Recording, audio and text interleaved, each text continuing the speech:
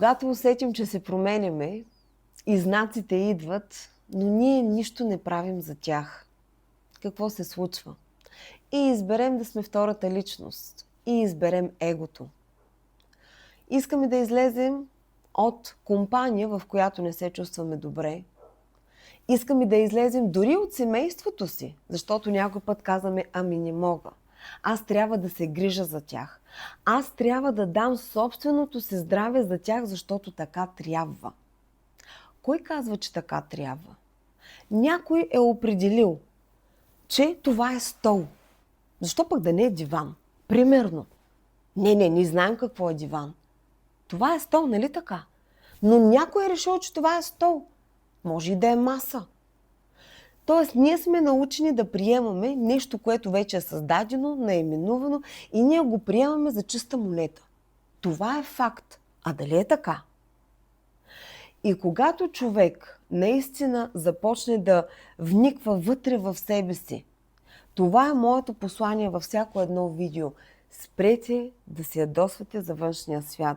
Говорихме в предното видео за демоните, че те са вътре в нас, че те изяждат нас, че те се раждат вътре в нас. Това е егото. Егото създава демоните, не душата. Душата е свързана с всичко, което е. Душата знае, че тя е една... Все едно имаме микробиота, нали така? Милиарди, микроорганизми, които живеят в нашия организъм.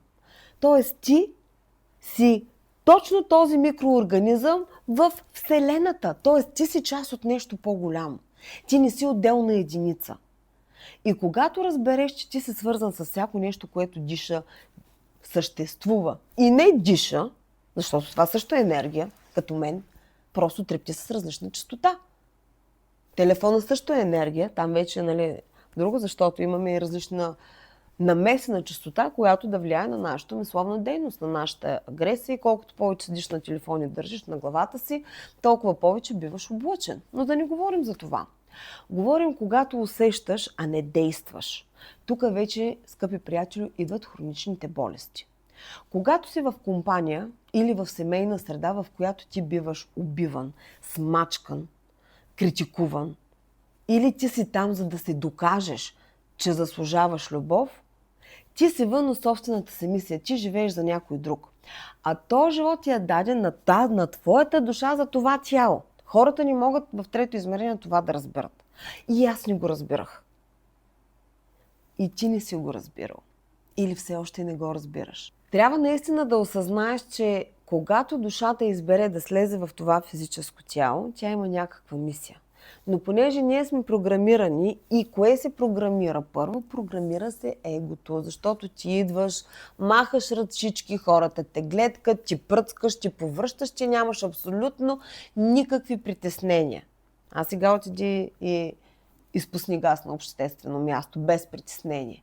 И когато човека разбере, че той е част от цялото, тогава вече идва израстването. Но когато ти забиеш в трето измерение и си кажеш, ами не мога, аз трябва да го правя за другите, ти убиваш себе си и нараняваш себе си. И пак казвам, ще дойдат хронични болести. Къде ще дойдат хронични болести? Мислителите, които много мислят, командният център ще гръмне. Сърцето. Второ, имаме инсулти, инфаркти. Защо се получава така, тази връзка? Дава на късо съединение. Прекалено много мисли в миналото, да кажем. Повечето хора са в миналото. Този така е направил, този така каза, този ме излага, този. И постоянно мислиш. Тоест с тази мисъл от хипоталамуса автоматично произвеждаш кортизол, адреналин, кортизол, така. И какво се получава? Ти не си в настоящето, ти си в миналото и тази машинка, този център просто гърми. Ако си мислител, който само да мисли, тихо да мисли, без да се кара, с тъга и постоянно да мисли за миналото, обаче да иска да излезе и да получава, да канализира информация отгоре и да иска да направи в бъдещето нещо, т.е. хем си в миналото, хем си в бъдещето, канализираш тази информация и тя остава тук. Обаче ти не я заземяваш. Това са туморите в главата. Продължаваме надолу. Гърлената чакра, щита, щитовидната жлеза. Искаш да кажеш нещо, искаш да изкажеш мнение. Не, аз имам мнение, чуйте ме, аз имам глас. Но ти мълчиш. Хипотайродайном Хашимото. Ще е хипер, когато ти си гневен. Ядосваш се, викаш, крещиш, нареждаш, постоянно. Хиперактивна. Хипо, понижена. Хипер, повишена. Всяка една емоция, всяко едно чувство, което ти потиснеш и видиш тези 5 знака, за които говорихме тази седмица, и не им обърнеш внимание, в среда си, в която не се чувстваш добре, излез от нея. Първото нещо, което трябва да направиш. После обърни внимание вътре в себе си, как се чувстваш. И виж кой те води, душата, егото. Виж след това, като израснеш от тази ситуация, като видиш новата среда, като направиш новите действия, какво ще се случи.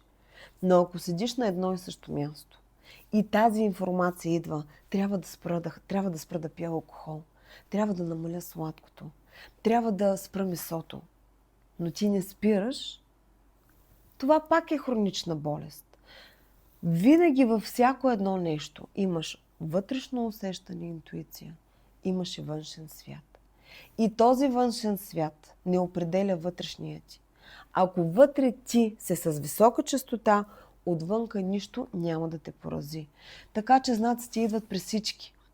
Едните ще ги чуят и ще израснат, другите ще си предизвикат хронични болести, ще тръгнат по пътеката на медицината, а не на вътрешното израстване и ще си отидат на много ранна възраст, защото когато приемаш хапчета да потискат чувствата си, машинката ще спре.